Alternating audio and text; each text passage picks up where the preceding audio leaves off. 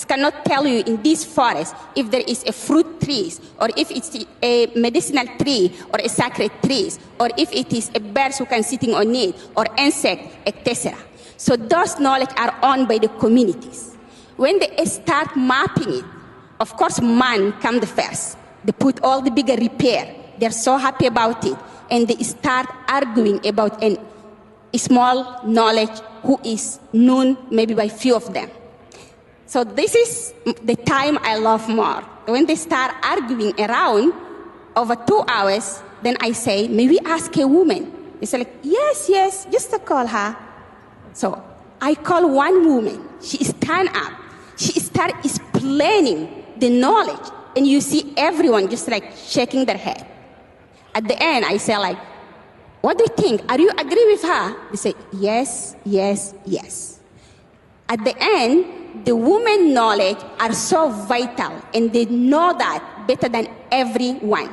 And this proof of the project is mean we need to get seat women in the decision-making table. Women must be the one who can lead the adaptation and resilience. Women must be the one who can lead when we are taking decisions in this kind of conference, because they know what they are talking about, they know the solution on the ground, and they are implementing it as a climate solution implementation, not as a climate talks. So that's why it is very important to get a seat for the women, for the indigenous women with our traditional knowledge.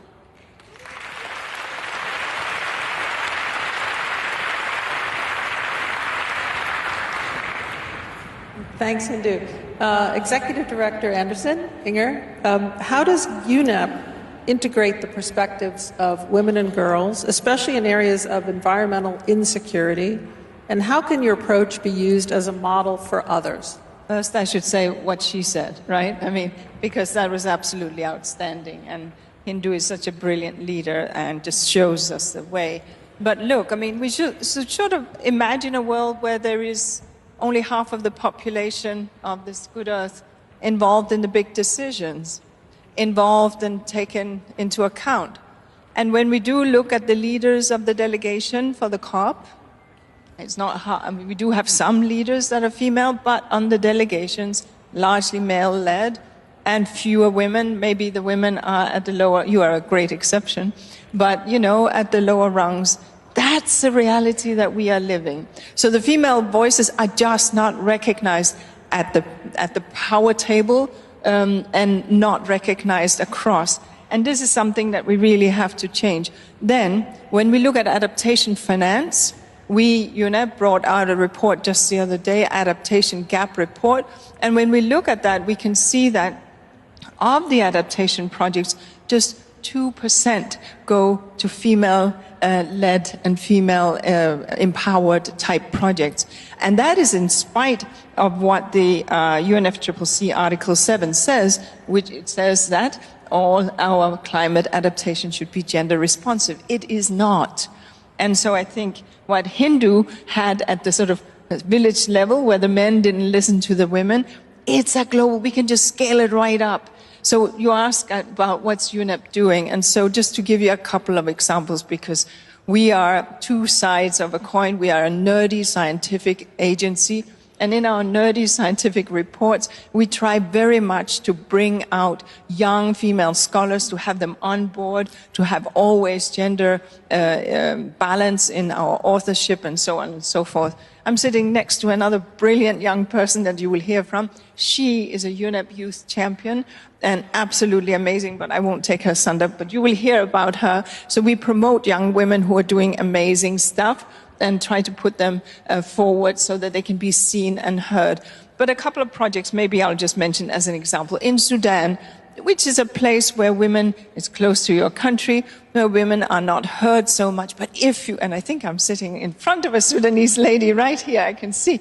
So in Sudan, we're working at the community level, empowering women, access to credit. And the moment women have access to credit, then all of a sudden, of course, since they are the agricultural workforce, 60% of agriculture is done by women in poorer countries. And yet women are often unbanked, not getting the technological support, not getting agricultural extension, not having access to the resources that they need. So there's a real reality here. Similarly, in Antigua and Barbuda, we are providing loans to small credits to families to secure their homes against hurricanes, female loans. The repayment is massive, 98% repayment. And of course, the monies go to the right thing. Because women do take care of the family and so on and so forth. We have to accept that in this broad swath where we have drought and desertification, and Hindu is living in that broad swath, women are often the first victims. Men might be migrating to elsewhere, to the cities or to other regions or even other continents. Women are left providing for families, and so it's really critical in adaptation finance and of course in mitigation, and we heard that in the previous panel, that we are paying very good attention to women, because failing to do that, frankly, we cannot solve the climate crisis. Thank you.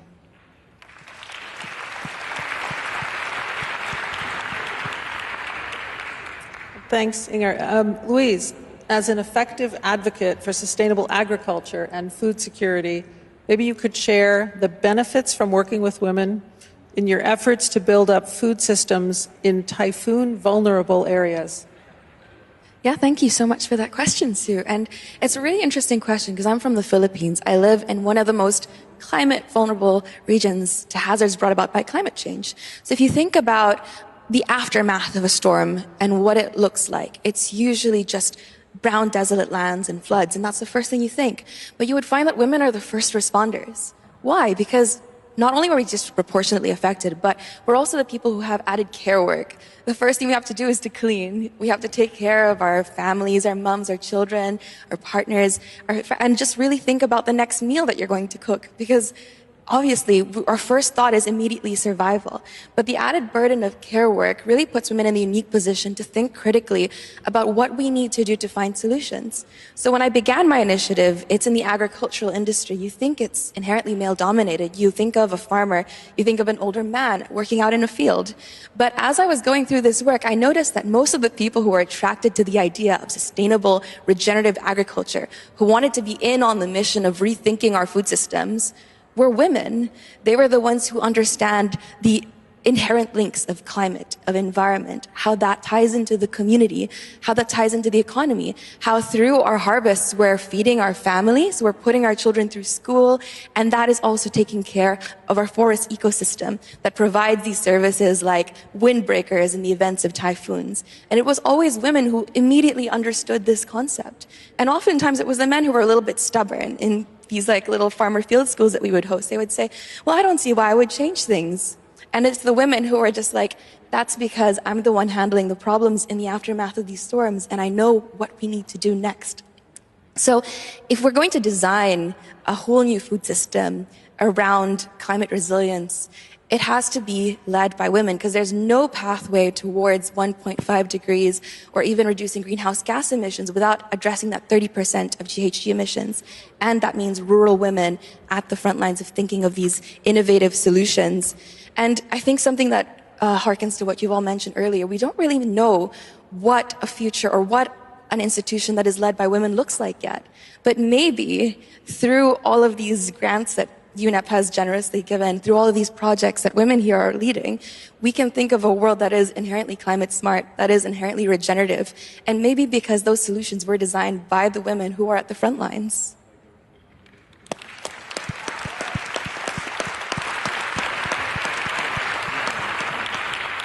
Thanks, Louise. Shamara, you're next. In your experience, how do women feel the impacts of climate change in emerging markets?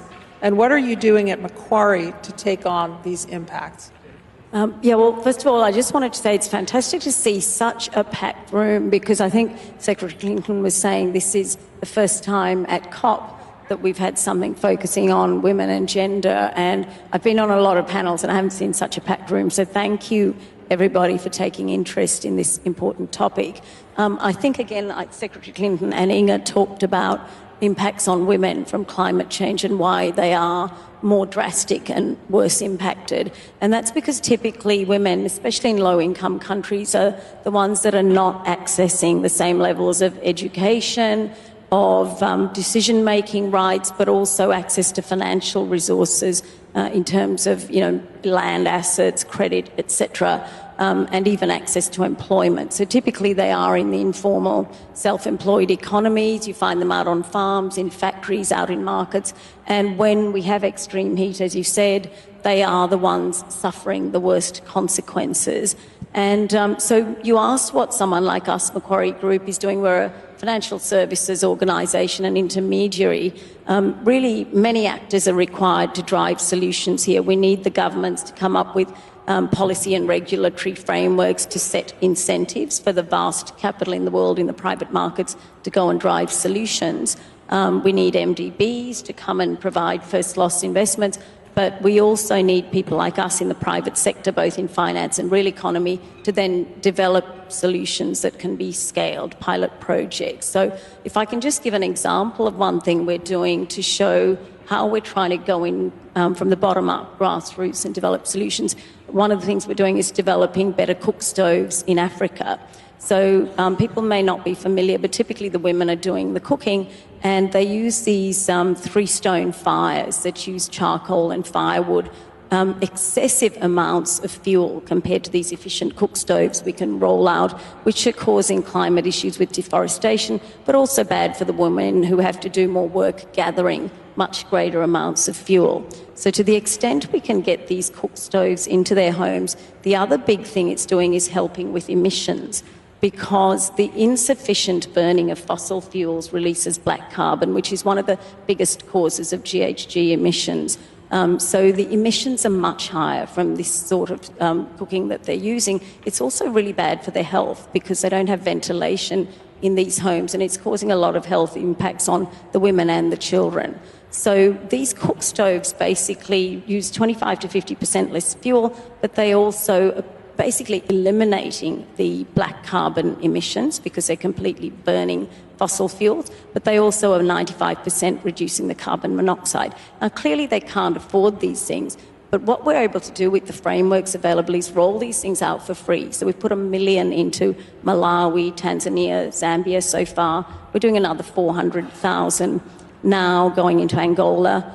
And the way we fund it is through the carbon market. So a group called Vera, who does validation and verification of carbon credits, is doing analysis on the carbon emissions saved through these cook stoves, and we are able to then sell those credits. So, work's needed in data and verification and market creation, which is what people like us can do. But we've been able to roll these out using frameworks that governments use, sometimes MDB, first loss catalytic financing, but creating a real economy solution that can engage financial markets and give a proper return for risk from the carbon markets, but drive real solutions in terms of, yes, climate impact and reducing emissions, but also for these women and children in the homes, less work gathering fuel, less health issues for them, and hopefully better economic prosperity in terms of releasing time. So it's a tiny example, and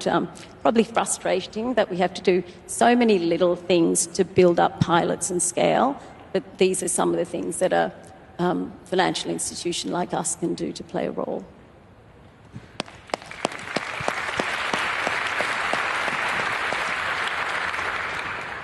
Secretary Clinton, as we take action to empower more women in the climate space, what are the solutions you've seen throughout your career or that are emerging now that should be scaled or replicated? Well, Sue, that's a really important question, and one that I hope collectively we're all thinking about, because you heard already about some of the solutions, some of the approaches to solving these problems, and there are, I would estimate, millions around the world. But what doesn't happen is taking them to scale. What doesn't happen is creating a viable market for certain advances that enable people to make a better living, get more harvest from their farmland, do so many things that would both improve their lives and improve the climate. So just to say a few things about this, because scalability is the key, and we can't get to scalability without the kind of smart investment and cooperation that we were talking about on the first panel and that we are hearing again from the panelists. So let's take agriculture, food and agriculture. As was already said, women are the majority of farmers in the world. They're smallhold farmers. They might be tenant farmers. But it's women who are tilling the fields and harvesting whatever they're growing. About 60% plus of farmers everywhere in the world. And yet they often don't have scalable solutions to the problems that they face. They don't have access to advanced drought-resistant seeds or to appropriate pesticides. They don't have scale to combine what they produce beyond what their families need to go into a bigger market. They don't have access to dry or cold storage. There are so many ways that we could better organize the small farming community, again, primarily involving women, increasing their yield, increasing the potential money they could make from selling excess products, creating better markets, particularly in places that right now are facing all kinds of food challenges, whether it's weather conditions or competition. We could do so much more, and when I was secretary, we started a program called Feed the Future, which was intended to do that. How do we create better opportunities? And I think that's an imperative now, because we are seeing a lot of places around the world where they need help revitalizing their soil, fighting erosion, and creating better conditions to continue to grow food. We also should look at different kinds of greenhouses or hydroponics, things that could be introduced in some areas that might help deal with some of the weather challenges that farmers are facing. And we've got to do more to link markets. I mean, big agricultural concerns, dominate markets, and it's not a fair fight. You don't have the organized efforts of the vast majority of farmers being able to compete and create wealth for themselves. Clean cook stoves, which is an issue that we have worked on for more than a decade now, as you heard, it is a climate issue, it's a health issue, an environmental issue, and an economic issue. And we've made a lot of progress. I worked with the Clean Cook Stove Alliance, and they've done a lot of work with private and public sector partners, but we still have to take it to scale. And it can't be done the same everywhere in the world, because you don't have the same sources of fuel. People's habits and preferences about cooking determine the kind of cook stove they feel comfortable using. But we've got a lot of good data about what works. We just have to, once again, kind of take it to scale. And, you look around the world, and really all of our climate problems have been solved somewhere, but not everybody knows about the solutions, and they don't go to scale, which is, the real loss in terms of being able then to model and spread these solutions. So I guess, you could come up with a lot more examples, because there are many of them, but the point is really look for ways to help aggregate what people are already doing in local areas and try to help them get better organized and help them create markets so that what they're doing will be recognized and funded, so they have a revenue stream to continue doing it, and try to work with what is working, because right now we have there's enough work for everybody to do. We have some new exciting approaches. I met a young woman entrepreneur who was using bamboo to create electricity.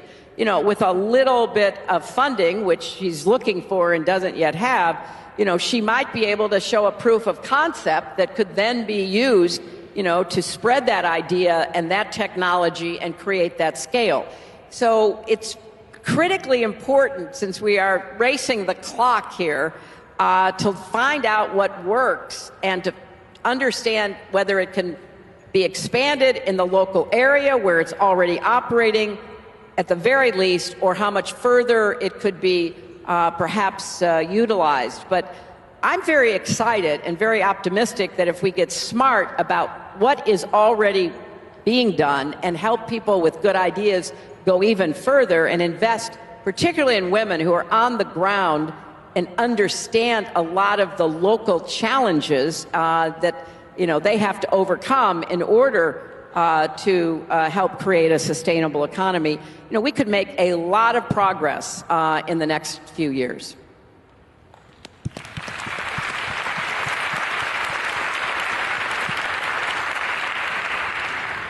Let me direct one more question to you, if I might. What advice would you give to COP delegates who are fighting for greater empowerment and integration for women and girls in the climate space, but facing barriers and setbacks?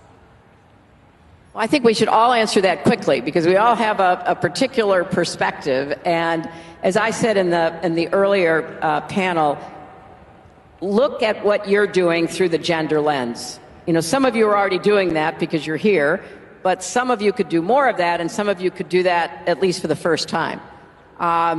We have a lot of resources now in the climate space. You know, the Climate Impact Fund that was announced on the very first day, a lot of other contributions to national, international, multinational, private philanthropy funding, but make sure that they're looking at what will advance women's roles in the fight for a sustainable planet and a sustainable economy. And don't take it for granted. Ask the questions, press the point, you know, be willing to say, well, where are women and girls fitting in to what you are doing in your particular area? So that to me is imperative. Ask the question, make the point, and keep asking it and keep making it until you get a satisfactory answer. Yeah, happy to give my 2 cents. My view is that every challenge looked at from the other side is an opportunity. And in this instance, you know, we're talking about half our population that are living with disadvantage, but the opportunities, if we can unleash the potential of them, the whole community is going to do better. So I'd very much endorse what Secretary Clinton's just saying, is that if we can each be thinking about when we look at a problem that women in these disadvantaged situations are facing and say, how can I actually switch that around? You'll create a whole lot of value, and it's certainly how we operate as a business, is you create value, everyone can share in it, you know, people who benefit, but also, I don't know, your shareholders in businesses, you're in agricultural businesses, finance, etc. On my end, if you're a woman and you're in these halls, first of all, take up space, speak out, and push the agenda for women. But I think the advice shouldn't be to women. The advice should be to men, to give space to women and give us that seat at the table. And if you're a funder, fund women. If you're a person with a solution or a crazy idea, give that crazy idea, implement it. Because to everyone, women have the solutions, and women on the ground are doing the work. It's already there. Just give us that space and that seat on the table, and we'll make your life so much easier.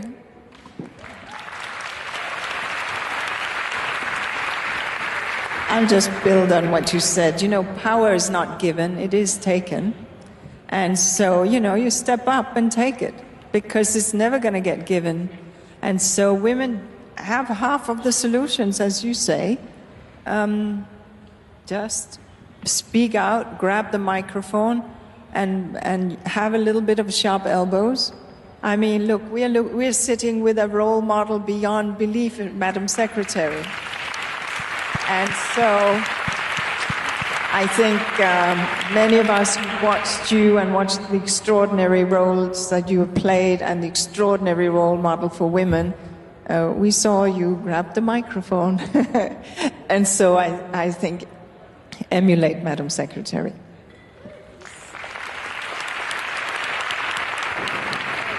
Maybe we'll give 1 minute each to talk about how we empower, or what kind of advice you give to young people, because there are many in the audience, young women in particular. But I think with Hindu, we'll start with how do you lift up young indigenous people? I think when we talk about the indigenous peoples, we might all know indigenous peoples protect 80% of the world's biodiversity. And when we talk about climate change, we are talking about our home.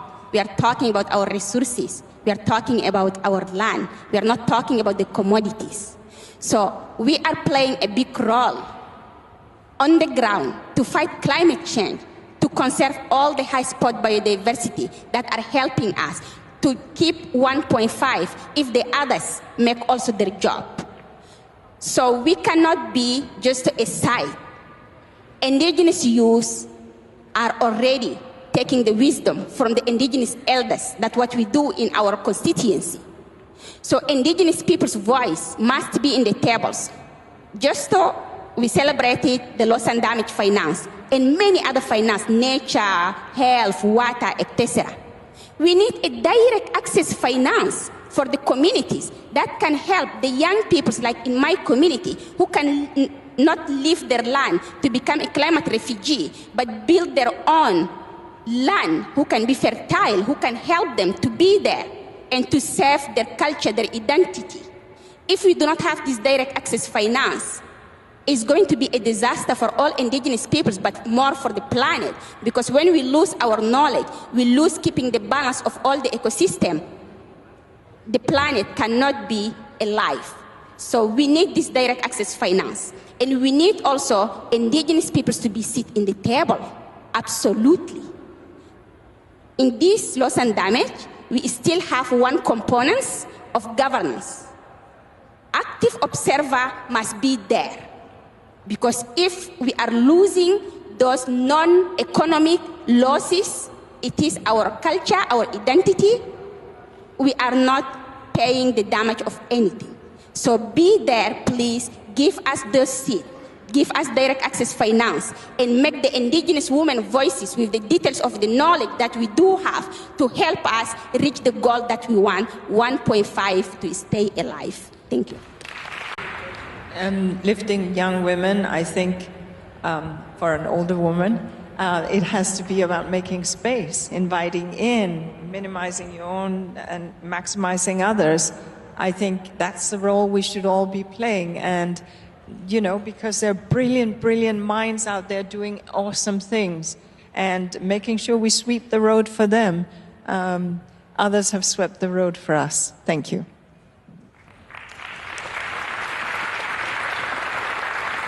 As the resident young person on this panel, I first of all want to express my gratitude to old women who've paved the way so that I could sit here in front of all of you myself. But if you're a young person in the audience and you're afraid to speak up, just take that first risky step. Honestly, it's just speak out, use your voice. The first step is the hardest, and it's okay if you're young to make mistakes and to change your decisions as you grow up and mature and be better informed. But right now, you see the urgency, and we've led the climate movement, and we brought it to where it is today. It's really important that we continue that momentum and to use the kind of fuss and the social media and the noise that we're doing towards pressuring policymakers and also not just corporations and all of these spaces into making real action. And we need every single one of us, not just one person, but hundreds and thousands of us around the world. So take that first step.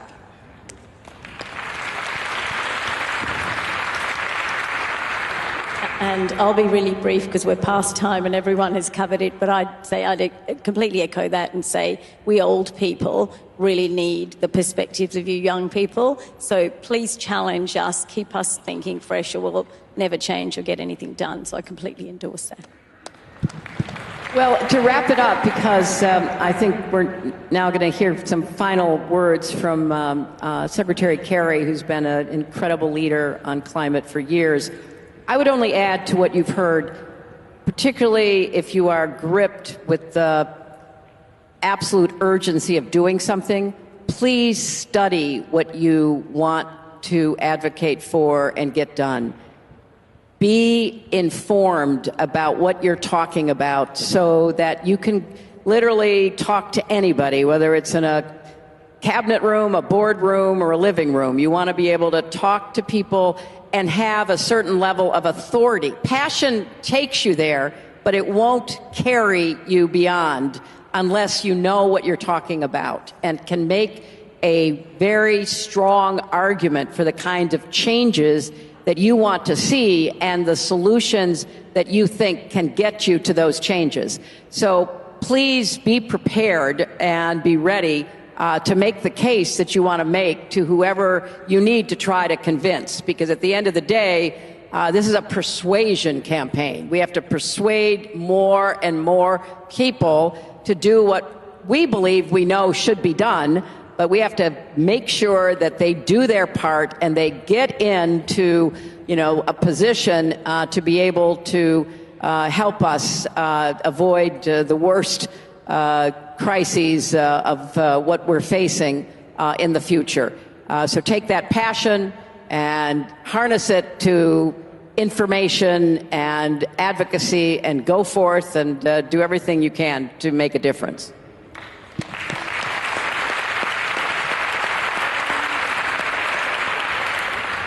Now I'd like to welcome to the stage for closing remarks and a bit of gender diversity, a man who needs no introduction, former Secretary of State. Now we're going to have two former Secretaries of State and current Special Presidential Envoy for Climate, John Kerry.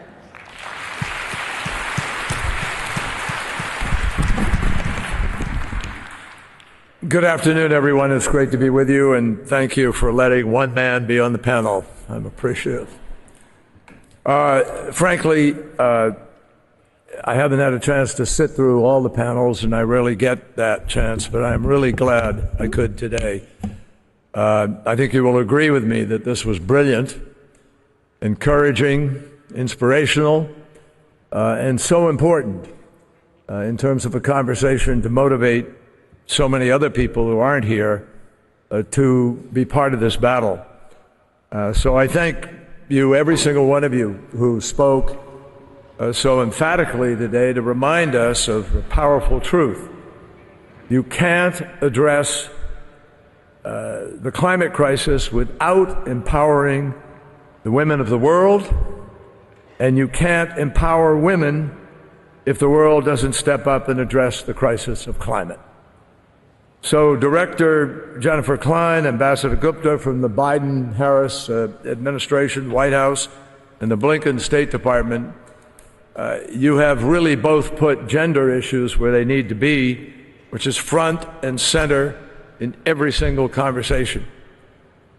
Let's be clear, and I think for Hillary and for me and those of us who have been working at this,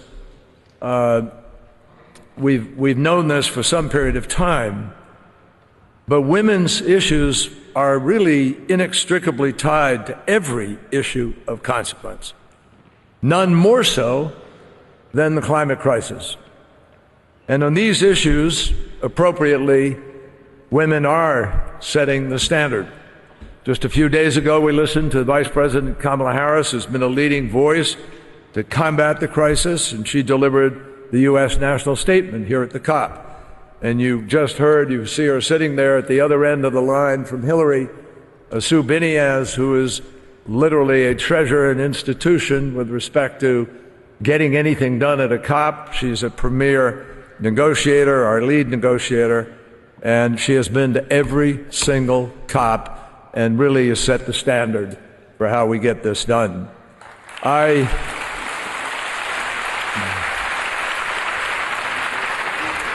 And Christina Chan, who you heard from a little while ago at the very beginning, and she's an adaptation expert. She's our lead for the negotiation to create this new fund for climate impact response.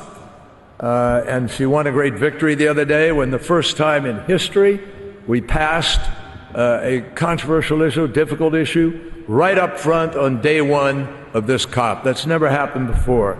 And Christine, we really are appreciative, Christina, for your leadership.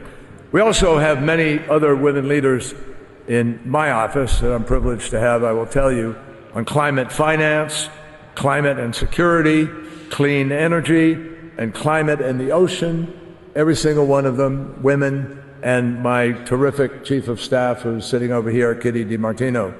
So listening to these panels, I'm not exaggerating when I say to you, boy, the more we can get you engaged, the more we can get women to the table, the more women whose voices are heard on why these crises are so real in terms of day-to-day life for people all around the world.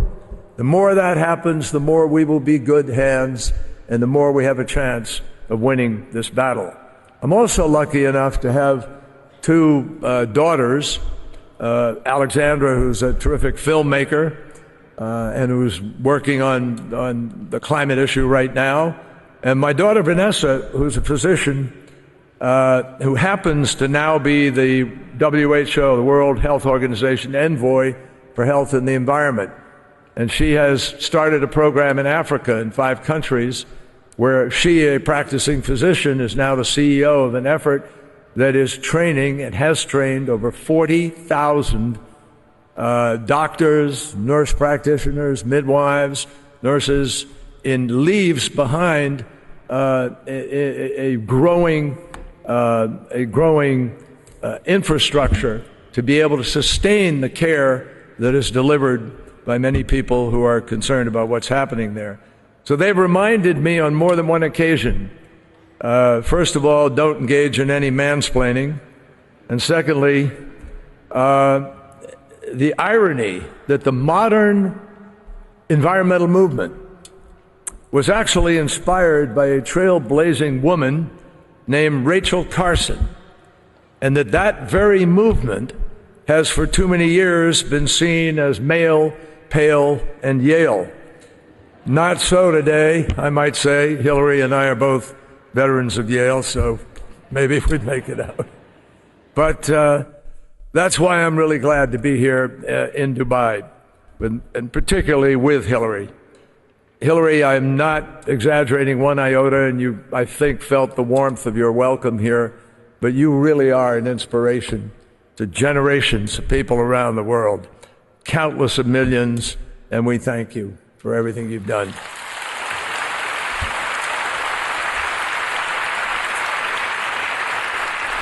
I followed Hillary as Secretary of State, and when I set out as Secretary to stitch the environment, the whole question of the climate crisis, into every fabric of the department, I actually knew right away what a winning playbook looked like. I wanted to do for the climate crisis what Hillary had already done for women and girls, issues at the department. And Hillary, I really couldn't have a better partner now on this initiative, where you and I both need to work together to weave both of these issues together. And that will make us much stronger in our ability to communicate on a global basis.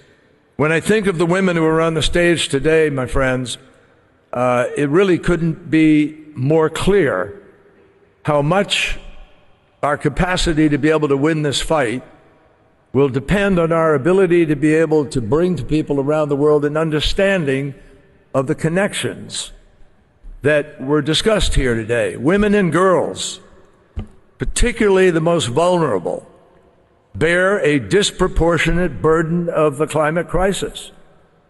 And every single gender disparity is compounded by the crisis. Women are almost invariably, in almost most countries in the world, the managers of the household, the managers of the family, and they are therefore the managers of health, managers of feeding, managers of food production, and ultimately, if it doesn't work out, they're always protecting their children and they're at the forefront even of migration as a result of the forced circumstances of their lives.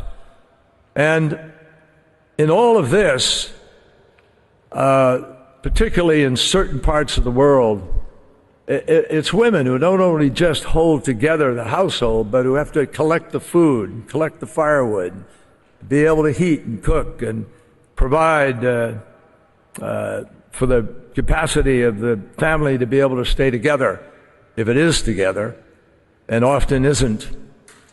And the underlying gender disparities in everything, access to education, health, information, mobility, resources, training, healthcare, all of it, including that women are often in a position where they are the least likely to survive disaster. And so the State Department, for this reason, recently released the first ever strategy to respond to the effects of climate change on women. And it is precisely why we are now trying to match analysis with advocacy with action, with a full suite of new programs and outreach alongside the WISE initiative. Much of this is going to come through the President's emergency initiative on adaptation.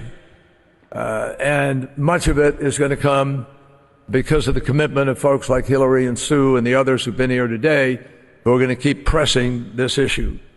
So, my friends, earlier I mentioned the godmother of the modern climate cause, Rachel Carson, a diminutive woman who in the 1950s saw what was happening with the spraying of DDT, spraying children, spraying families, spraying streets, communities where people were living and walking around.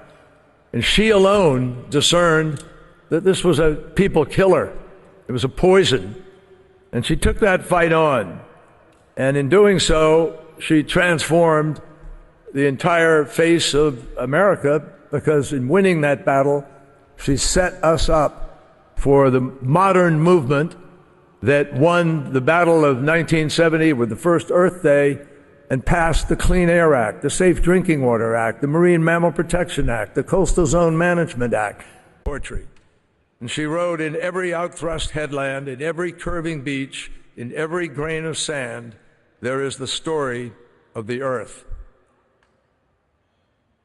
Women and girls, being the most impacted, are also the greatest validators.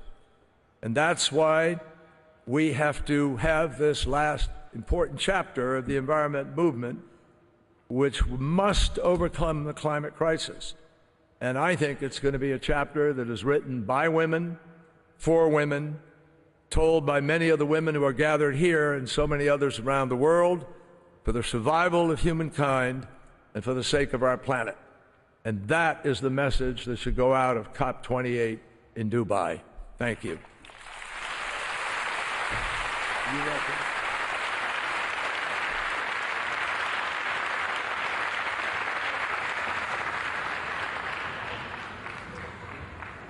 I'd like to invite out the earlier panelists for a photo. No photo? Yes, photo?